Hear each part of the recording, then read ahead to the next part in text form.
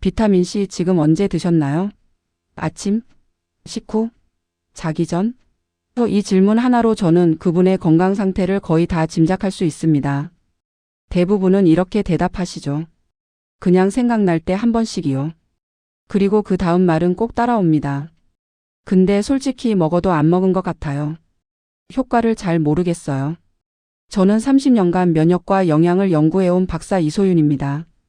매일 수십 분의 어르신들을 만나면서 한 가지 확실하게 깨달은 게 있습니다. 비타민C가 효과가 없는 게 아니라 지금 먹는 방식이 효과를 완전히 막고 있다는 겁니다. 하루에 똑같이 1000mg을 먹어도 어떤 분에겐 피로회복과 면역 상승이라는 투자 수익이 돌아오고 어떤 분에겐 위만 쓰리고 소변만 노랗게 나오는 손해보는 소비가 됩니다. 지금 여러분의 비타민C는 어느 쪽일까요? 혹시 아직 구독과 좋아요를 누르지 않으셨다면 지금 바로 눌러주세요. 영상 끝까지 보시면 오늘 당장 실천할 수 있는 특별한 꿀팁을 알려드립니다. 오늘은 얼마나 먹느냐가 아니라 언제 어떻게 먹느냐에 따라 몸의 반응이 완전히 달라지는 이유를 실제 사례와 함께 아주 구체적으로 풀어드리겠습니다. 여러분은 지금까지 비타민C를 어떻게 드셨나요? 댓글로 꼭 남겨주세요. 진료실에 들어오시는 50대에서 70대 분들을 보면 비타민C에 대한 이야기는 정말 빠지지 않습니다. 선생님, 저도 비타민C 매일 챙겨 먹어요. 아침에 종합 비타민이랑 같이 한 알, 자기 전에 또 한 알. 근데 왜 이렇게 자꾸 피곤하죠? 이 말을 하시는 분들은 공통점이 있습니다. 건강에 신경을 안 쓰는 게 아닙니다. 오히려 너무 많이 너무 열심히 챙기십니다. 인터넷에서 좋다고 하는 건 다 한 번씩 사보고 약국에서 추천해주면 그것도 또 사서 쌓아두고 냉장고 문이나 식탁 위에는 영양제 통이 빼곡하게 줄을 서 있죠. 그런데 정작 본인의 느낌을 물어보면 대답이 애매합니다. 뭐 안 먹는 것보단 낫겠죠? 효과가 있는 건지 없는 건지 잘 모르겠어요. 심지어 어떤 분은 이렇게 말씀하십니다. 선생님, 제가 비타민C를 매일 챙겨 먹는데도 감기만 걸리면 꼭 오래가요. 회사에서 누가 한 명 콧물 흘리기 시작하면 결국 제일 심하게 앓는 건 저예요. 68세 박영수님의 하루를 자세히 들어보면 이렇습니다. 아침은 거의 거르다시피 하고 겨우 커피 한 잔 마시고 출근합니다. 점심은 대충 회사 근처에서 면이나 백반으로 때우고 저녁은 늦게 퇴근해서 배가 너무 고프니까 야식처럼 한꺼번에 많이 먹습니다. 비타민C는 언제 먹냐고 여쭤보면 밥 먹고 정신 차리면 까먹어서 자기 전에 한 번에 몰아서 먹어요. 여기서 많은 분들이 고개를 끄덕이실 겁니다. 나도 비슷한데 하는 생각이 스치시죠. 문제는 우리 몸이 비타민C를 사용하는 방식은 생각날 때 한 번에와는 완전히 다르다는 겁니다.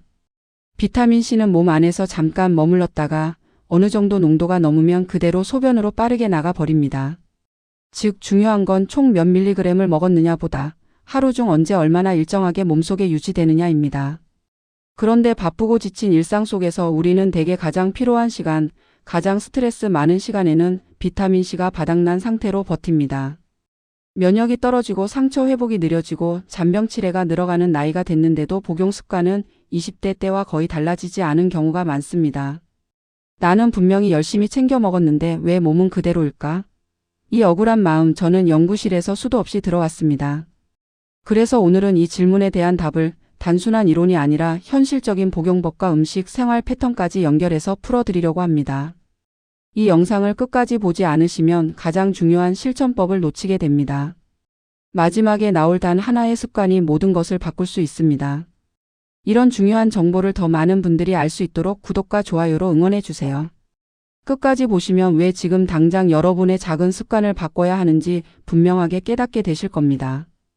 여러분의 식습관을 바꾸는 작은 실천만으로도 충분히 일어날 수 있는 일이죠. 그래서 이제는 우리 일상에서 비타민C와 직접 연결되는 음식들을 하나씩 짚어보겠습니다. 귤이나 감귤류는 겨울철에 쉽게 접할 수 있는 대표적인 비타민C 공급원입니다. 과육뿐 아니라 하얀 속껍질, 그러니까 알베도라고 부르는 부분에는 식이섬유와 플라보노이드가 풍부해서 항산화 효과를 도와줍니다. 감귤류 섭취는 비타민C와 함께 플라보노이드를 공급해서 단순 비타민C 단독 섭취보다 항산화와 혈관 보호 효과를 높인다는 연구 보고들이 있습니다. 60세 김순자님은 겨울마다 간식으로 과자 대신 귤 2-3개를 꾸준히 드셨는데 이전보다 장기침과 입술 건조, 잔 상처 회복이 조금씩 좋아졌다고 느끼셨습니다. 하루 1개에서 3개 정도 가능하다면 하얀 속껍질을 너무 박박 벗기지 않고 같이 드시는 게 좋습니다. 저녁 늦게 폭식하듯 먹기보다는 오후 간식으로 커피 대신 선택해 보시면 어떨까요? 다만 당분이 전혀 없는 것은 아니기 때문에 당뇨 환자분들은 하루 섭취량을 조절하셔야 합니다. 시트러스류 알레르기가 있는 분들은 입 주변 가려움이나 두드러기 여부를 꼭 체크하셔야 하고요. 나는 겨울에 과자나 빵 대신 귤을 몇 개나 먹고 있을까요? 혹시 비타민C를 알약으로만 채우려 하고 자연 음식은 소홀하지 않았나요? 파프리카, 특히 빨간색 파프리카는 비타민C 함량이 매우 높은 채소입니다. 색이 진할수록 항산화 성분도 풍부한 편이고요. 생으로 먹어도 좋고 살짝 익혀 먹어도 비타민C 손실이 상대적으로 적은 편입니다. 일부 연구에서는 파프리카와 같은 채소를 자주 섭취하는 식단이 피부 탄력과 주름, 전반적인 피부 노화 지표 개선과 연관되어 있다는 보고가 있습니다. 50대 직장인 남성분이 점심 도시락에 파프리카와 방울토마토를 매일 곁들였더니 예전보다 오후 졸림이 줄고 변비가 개선되었다고 이야기했습니다. 비타민C뿐 아니라 식이섬유 효과도 함께 작용한 결과였죠. 샐러드에 생으로 넣거나 샌드위치에 슬라이스로 추가해 간편하게 드실 수 있습니다. 올리브유나 견과류와 함께 먹으면 지용성 비타민 흡수에도 도움을 줄 수 있고요. 위가 예민한 분들은 아주 공복에 생으로 많은 양을 먹을 경우 속이 더부룩할 수 있어서 조금씩 양을 늘리며 몸의 반응을 보시는 것이 좋습니다. 내 식단에서 색깔 있는 채소는 얼마나 자주 등장하고 있나요? 흰색이나 갈색 음식, 그러니까 밥이나 빵이나 고기에만 치우쳐 있지는 않나요? 딸기는 봄철 대표 과일로 비타민C와 안토시아닌 같은 항산화 물질이 풍부합니다. 당도는 있으나 다른 달콤한 디저트에 비하면 부담이 적은 편이죠. 딸기와 같은 베리류 섭취가 심혈관 건강 지표, 그러니까 혈압이나 염증 수치 같은 것들과 관련해서 긍정적 영향을 보였다는 연구들이 있습니다. 70세 정만수님은 저녁 식후 과자 대신 딸기 한 줌을 드시는 습관으로 바꾸자 야식 횟수가 줄고 체중 관리에 조금 더 도움이 되었다고 느끼셨습니다. 요거트에 딸기를 곁들여 아침이나 간식으로 드시면 비타민C와 단백질을 함께 섭취할 수 있습니다. 설탕이나 시럽을 추가하지 않고 가능한 한생으로 드시는 게 좋고요. 과일도 과유불급입니다. 한 번에 대량으로 먹기보다 소량을 자주 즐기는 편이 좋습니다. 딸기 알레르기가 있는 분은 입 주변 가려움, 두드러기, 목 답답함 같은 증상을 주의 깊게 살펴야 하고요. 달콤한 간식이 당길 때 나는 과자나 빵을 먼저 떠올리나요? 아니면 과일을 떠올리나요? 비타민C를 약이 아니라 디저트 선택에서 먼저 보완할 수 있지 않을까요? 브로콜리는 비타민C뿐만 아니라 설포라판이라는 항산화 성분까지 함께 들어있는 아주 훌륭한 채소입니다. 많은 분들이 브로콜리를 오래 삶아서 드시는데 그러면 비타민C가 상당 부분 파괴됩니다. 한국영양학회 연구에 따르면 브로콜리를 쪄서 먹을 때가 삶아서 먹을 때보다 비타민C 보존율이 약 30% 이상 높다고 합니다. 65세 이영희님은 매일 저녁 식사에 브로콜리 한 줌을 쪄서 드셨는데 2달쯤 지나니까 손톱이 예전보다 단단해지고 머리카락도 덜 빠진다는 느낌을 받으셨습니다. 비타민C가 콜라겐 합성을 도와주기 때문에 나타난 변화였죠. 브로콜리는 삶지 말고 찌거나 전자레인지에 살짝만 데쳐서 드시는 게 좋습니다. 마요네즈보다는 올리브유에 소금 약간만 뿌려 드시면 더 건강하게 즐기실 수 있고요. 다만 갑상선 기능이 낮은 분들은 브로콜리 같은 십자화가 채소를 생으로 과다 섭취하면 갑상선 호르몬 생성에 영향을 줄 수 있으니 익혀서 적당량만 드시는 게 안전합니다. 나는 채소를 먹을 때 조리법까지 신경 쓰고 있나요? 아니면 그냥 익히기만 하면 다 똑같다고 생각하고 있나요? 키위는 작은 크기에 비해 비타민C 함량이 정말 놀라운 과일입니다. 골드 키위 한 개면 하루 권장량을 거의 채울 수 있을 정도죠. 게다가 키위에는 액티니딘이라는 소화효소가 들어있어서 고기를 먹은 후 소화를 도와주는 역할도 합니다. 뉴질랜드 연구팀의 보고에 따르면 키위를 꾸준히 섭취한 그룹이 그렇지 않은 그룹보다 감기 지속 기간이 짧았다는 결과가 있습니다. 58세 박진호님은 아침 식사 후 키위 한 개를 습관처럼 드셨는데 만성적으로 불편했던 변비가 한 달 만에 많이 개선되었다고 하셨습니다. 키위는 껍질째 먹어도 되지만 거부감이 있으시면 반으로 잘라서 숟가락으로 떠먹는 방식이 가장 간편합니다. 아침이나 점심 후에 드시면 소화에도 도움이 되고 오후 피로감도 덜 느끼실 수 있습니다. 키위는 산도가 있어서 위가 약한 분들은 완전 공복에 먹으면 속이 쓰릴 수 있으니 식사 후에 드시는 게 좋습니다. 키위 알레르기가 있는 분들도 있으니 처음 드실 때는 소량으로 시작해서 입안이나 목에 이상이 없는지 확인하세요. 나는 과일을 고를 때 크기나 가격만 보나요? 아니면 그 안에 들어있는 영양소까지 생각하며 고르나요? 이렇게 일상에서 쉽게 접할 수 있는 음식들만 잘 활용해도 비타민C는 충분히 채울 수 있습니다. 그런데 여기서 끝이 아닙니다. 음식으로 채우는 것도 중요하지만 영양제로 보충할 때는 더 세심한 전략이 필요합니다. 지금부터는 비타민C 영양제를 언제 어떻게 먹어야 진짜 효과를 볼 수 있는지 구체적으로 말씀드리겠습니다. 비타민C는 수용성 비타민이라 몸에 오래 저장되지 않고 일정 농도 이상은 소변으로 빠르게 배출됩니다. 그래서 하루 한 번 몰아서 먹기보다 나누어 먹는 것이 혈중 농도를 안정적으로 유지하는 데 훨씬 도움이 됩니다. 미국 국립보건원 연구에 따르면 같은 용량이라도 하루 두세 번 나눠 먹었을 때가 한 번에 먹었을 때보다 체내 흡수율이 약 40% 높았다고 합니다. 위가 약한 분들은 완전 공복의 고용량을 한 번에 복용하면 속쓰림이나 메스꺼움을 느낄 수 있습니다. 커피나 녹차 같은 카페인 음료와 동시에 복용하면 위 자극이 더해질 수 있어서 시간 간격을 두는 것이 좋고요. 아침과 점심 식사 후 소량씩 두세 번 나누어 복용하는 패턴을 기본으로 삼으시면 됩니다. 오후 피곤이 몰려오는 시간대, 그러니까 3시나 4시쯤에 소량을 추가로 보충하는 방식으로 조정해 볼 수도 있습니다. 나는 비타민C를 생각날 때 먹고 있나요? 아니면 몸이 필요로 할 때를 고려해서 먹고 있나요? 이 질문 하나만 바꿔도 효과는 완전히 달라집니다. 비타민C는 아스코르부산이라는 산성 물질이기 때문에 고용량 복용 시 위 점막을 자극할 수 있습니다. 위염이나 위궤양 병력이 있는 분들은 특히 복용 형태와 타이밍에 신경 써야 합니다. 속쓰림, 트림, 상복부 통증이 반복된다면 복용량이나 복용 시간을 조정하거나 형태를 바꿔야 합니다. 완충형 비타민C나 분말 형태, 저용량 분할 같은 방법들이 있죠. 위장약이나 제산제를 복용 중이라면 간격을 두고 비타민C를 복용하는 것이 좋습니다. 식사 중이나 식후 10분에서 20분 이내에 복용하여 음식과 함께 위로 내려가도록 하세요. 처음부터 고용량으로 시작하지 말고 저용량으로 시작해서 일주일이나 2주일간 몸의 반응을 체크하며 천천히 증량하는 게 안전합니다. 비타민C만 먹으면 유독 속이 쓰리지는 않나요? 그렇다면 문제는 비타민C 자체가 아니라 나의 위 상태와 복용 방식일 수 있습니다.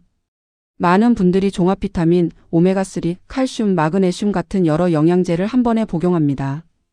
비타민C는 철분 흡수를 돕지만 일부 약물의 흡수나 대사에 미세한 영향을 줄 수 있습니다. 철분제와 함께 복용할 경우 흡수율이 높아질 수 있으므로 철분 과다 상태인 분들은 주의해야 합니다. 만성질환약, 특히 신장이나 심혈관 관련 약을 복용 중이라면 과도한 고용량 비타민C는 전문가와 반드시 상의해야 하고요. 아침에는 필수 처방약 중심으로 점심과 저녁에는 비타민C와 기타 영양제를 분산하여 복용해서 한 번에 몰아먹기를 피하세요. 약봉투와 영양제 통을 한 곳에 쌓아두지 말고 시간대별로 따로 두면 복용 패턴을 쉽게 만들 수 있습니다. 나는 하루에 한 번에 다 먹어버리는 습관 때문에 오히려 몸에 부담을 주고 있지는 않을까요? 비타민C는 과일이나 채소로도 충분히 섭취할 수 있지만 현실적인 식단과 생활 패턴을 고려하면 보충제가 도움이 되는 경우가 많습니다. 음식 속 비타민C는 다른 항산화 물질, 식이섬유와 함께 들어있어서 패키지 효과를 기대할 수 있죠. 어차피 비타민C 아량 먹으니까 과일이나 채소는 안 먹어도 된다는 생각은 매우 위험합니다. 반대로 나는 과일 많이 먹으니까 보충제는 필요 없다라고 단정하는 것도 식단이 불규칙하다면 문제일 수 있고요. 기본은 맵기 색깔 있는 채소 한두 줌, 하루 한두 번 과일을 통해 베이스를 깔고 부족하다고 느껴지는 부분은 비타민C 영양제로 간격 메꾸기 용도로 활용하시면 됩니다. 나는 비타민C를 보험처럼 쓰고 있나요? 아니면 만능 해결책처럼 기대하고 있나요? 나이가 들수록 흡수 능력, 위장 상태, 신장 기능, 복용 중인 약물 종류가 달라지기 때문에 젊을 때와 똑같은 비타민C 전략을 그대로 가져가는 것은 위험할 수 있습니다. 신장 기능이 저하된 분, 요로 결석 병력이 있는 분은 고용량 비타민C 장기 복용에 각별히 주의해야 합니다. 당뇨, 심혈관 질환, 암 치료 중인 분은 반드시 주치의와 상의 후 용량과 형태를 결정해야 하고요. 50대 이후라면 정기 건강검진 결과, 그러니까 신장이나 간 기능, 혈당, 혈압 같은 수치를 바탕으로 복용량과 빈도를 조정하세요. 남들이 좋다더라가 아니라 내 검사 결과와 생활 패턴에 맞는 나만의 기준표를 간단히 메모해 두고 실천하는 게 중요합니다.